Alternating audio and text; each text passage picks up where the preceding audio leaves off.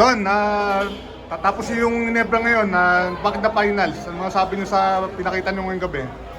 Well, sobrang ganda, especially si CJ Perez, especially nung first half.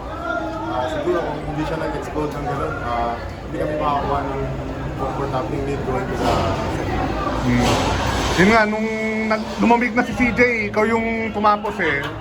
Yun talaga yung naging storya nung series, yung mga timely shots mo. Sa amin kasi, lahat kasi capable of stepping up. So, yung mindset lang natin is, just next man up. Sinimulan ni CJ, we finish it.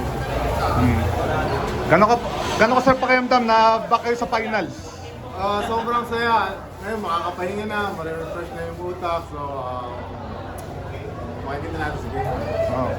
So yun nga, TNT yung kalaban nyo na tinalo nyo last July.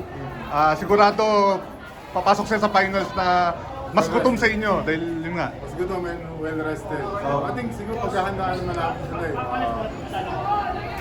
Panoorin naman namin yung film. So, kita na lang sa game 1. Ganong magiging key yung bench ng parehong team?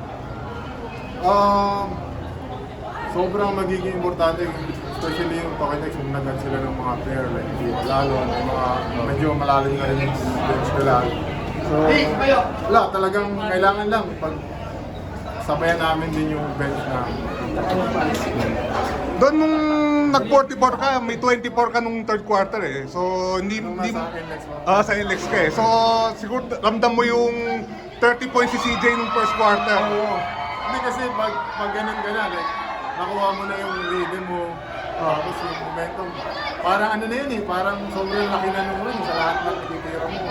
Talagang papasok. Tingin mo makakakarry ni CJ yun or ikaw ma-regain mo yun yung ginawa mo dati sa LX? Hindi, si CJ, may carry ni CJ yung game. Okay. Don, thank you.